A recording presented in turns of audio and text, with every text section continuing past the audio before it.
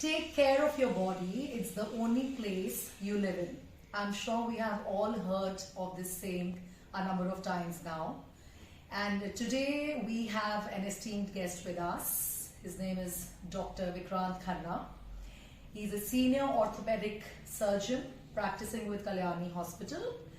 He's also done fellowships in a number of fields like it's the trauma and sports injuries, as well as joint replacements. He has been in this field for the last 10 years. So welcome on board, Doctor. First of all, I'm very delighted and honored that you have come in this biting cold, yes, to give us an insight in your expertise. There are a number of questions lined up. I'm sure you would be able to give the perfect answers for them, even from we as teachers as well as parents. So to begin with, the most commonly asked question, and it's a fact, we all know that toddlers grow at a very active and a very rapid pace. Yeah. And what we witness and what we experience is that, to strengthen their muscles, there are times we are not aware of how we go about it. So can you guide us for that? First of all, thank you so much for having me.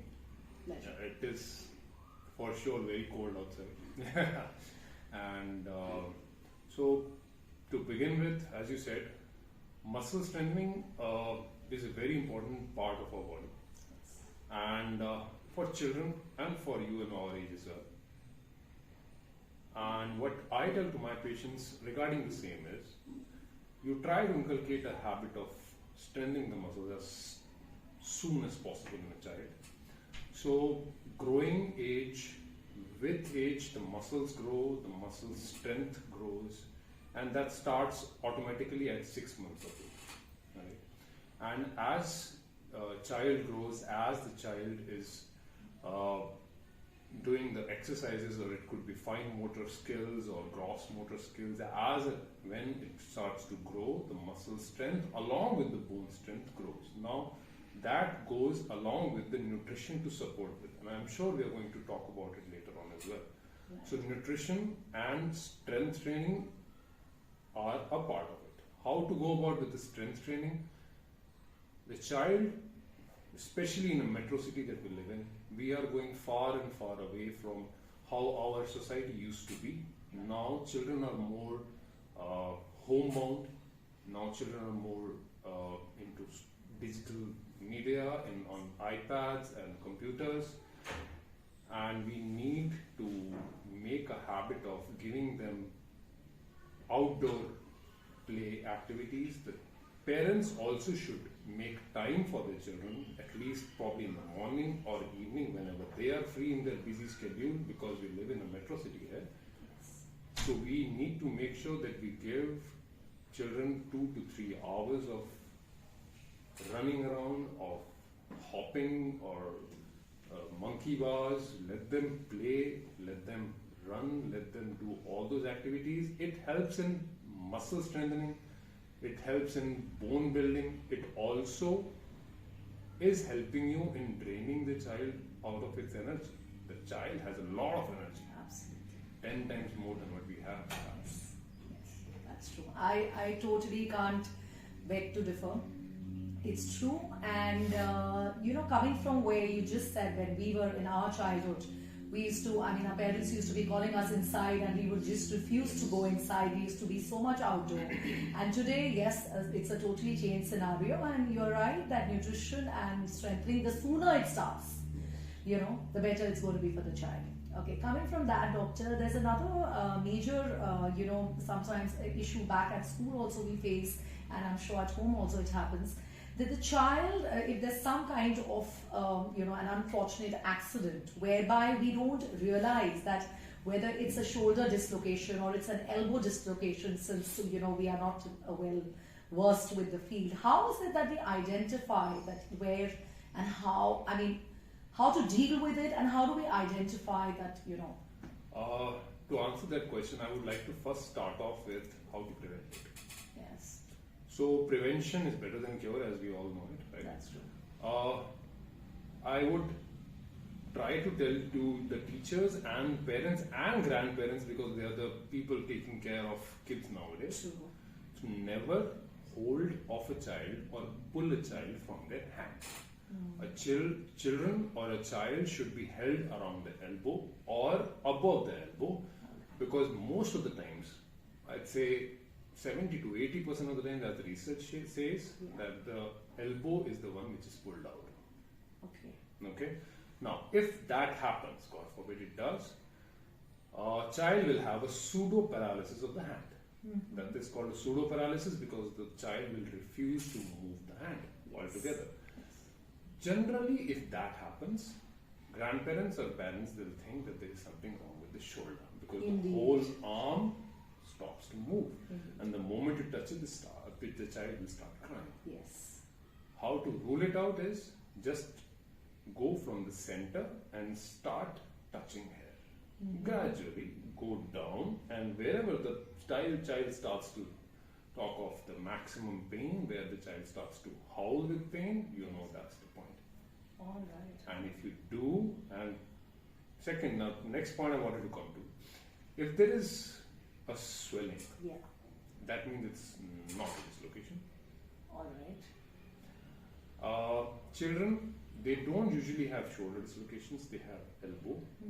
Elbow, rather a pulled elbow or a subluxation, does not cause any swelling, All right. more often than not, I'd say. And there are exceptions.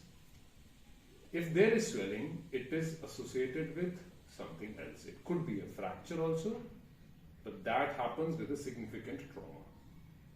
Okay. So if the person or if the child or a patient, as we call it, sorry, I'm calling a patient now, if the child falls from a monkey bar, or if child is doing some activities and he falls down and there is swelling which is coming immediately, put ice packs. Now I'm coming to the treatment. True. True. And we really need to know Ice that. packs. Yes. Yeah. And splint it with whatever you have. No massage whatsoever. No hot fermentation. No sprays or gels. Just put ice packs and splint it with whatever you have. It could be a dupatta, could be any bed sheet, and go to the nearest clinic sheet. That's all. Perfect. I think this is like great insight, because we always mistake an elbow dislocation with a shoulder dislocation, and because there's so much pain and the whole hand becomes immobile. Yes. So immediate emergency can be given at school, but then we definitely have to rush to the hospital and Yes. do our best. Right. So doctor, my next question would be, children by the age of 5 years, we often get to hear this again in school, even back home, that they complain of pain in their legs, right? And we often relate it to, like, say, growing pains. Yeah. So how much truth is there? And even to that, I want to, say another aspect I want to add to it, that with lack of vitamin D and calcium deficiency in children we are seeing today, what is the best approach? What is the best source we can provide them with? And also about the growing pains. Right. So, as we spoke about nutrition earlier, this comes into the gambit of it. Okay. Growing pains are very, very common in this age group. From 5 to 13 years of age group, we get growing pains. All right. Because the body demand is more and the supply, as we know, Yes. is less. Now, supply I speak of is very, very important here.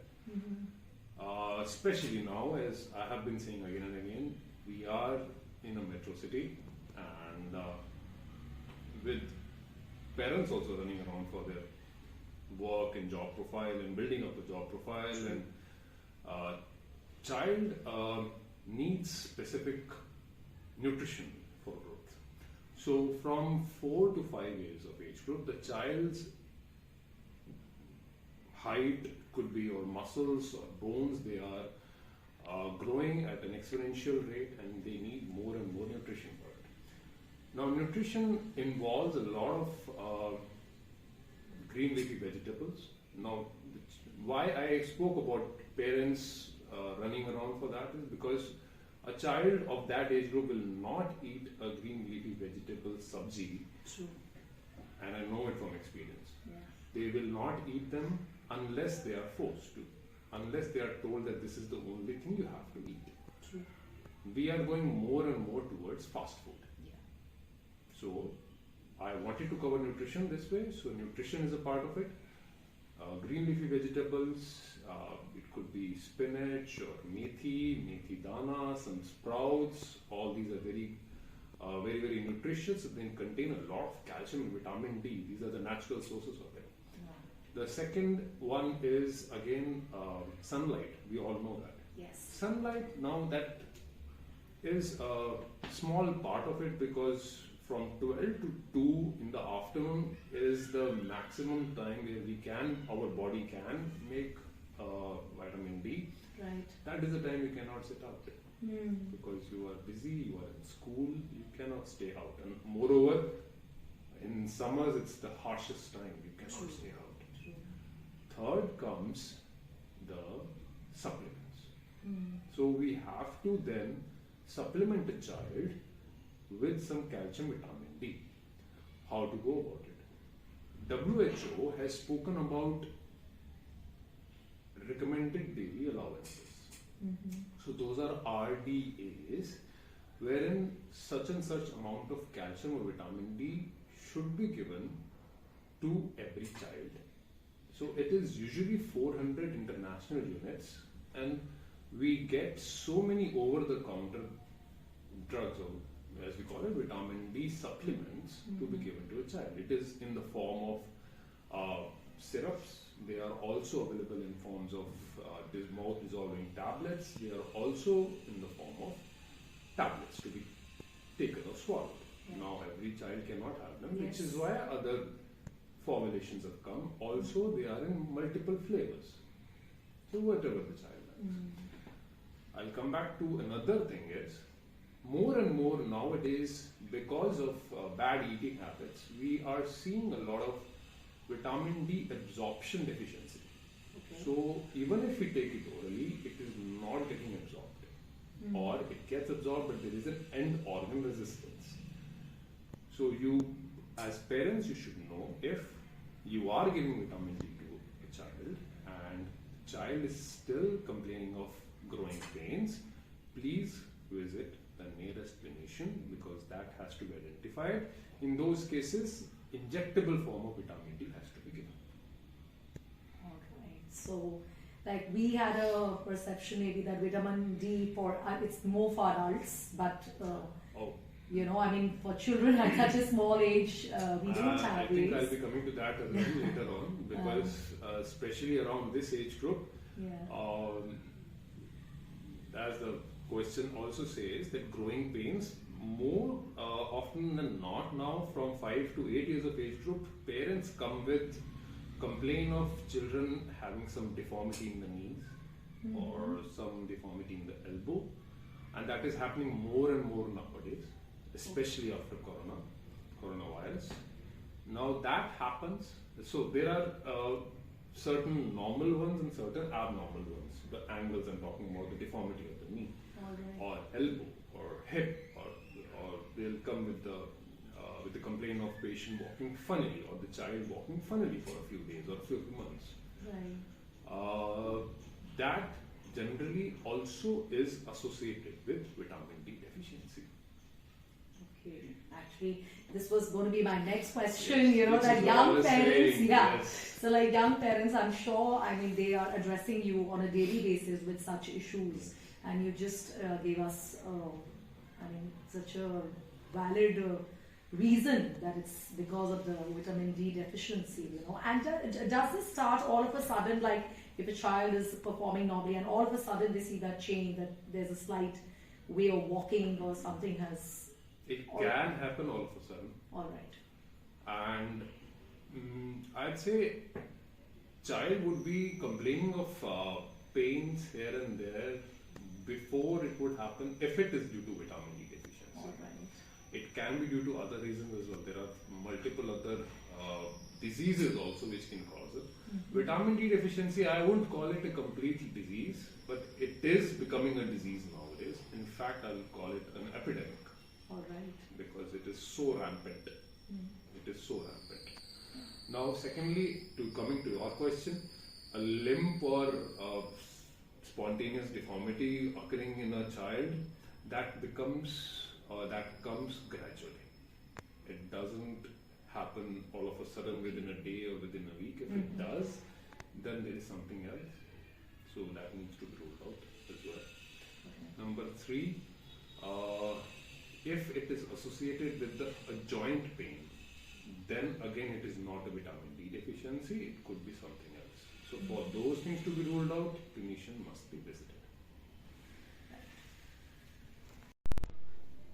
So, after this wonderful session whereby we've always felt that we know it all, but sitting with a professional and who is an expert in this field, we've learned a number of things, whether it is starting motor skills at an early, young, tender age, or it's about nutrition. And above all, it's a healthy lifestyle, which we think that when we become an adult, shall we start practicing or following, but it has to start at a young age for healthy muscles, healthy bones. And thank you so much, doctor, for being with us and taking out your valuable, precious time. And it has really been a wonderful and highly informative session. I'm really, really delighted to have him with us on board. Thank you so much, doctor. Thank you so much for having me here. And it was actually very good to put this message out there, and I really hope people do get some information out of it. And try to stay active, guys. Try to stay active yourself so that your kids learn from you, and this epidemic of childhood obesity is taken care of. Thank you. Thank you so much.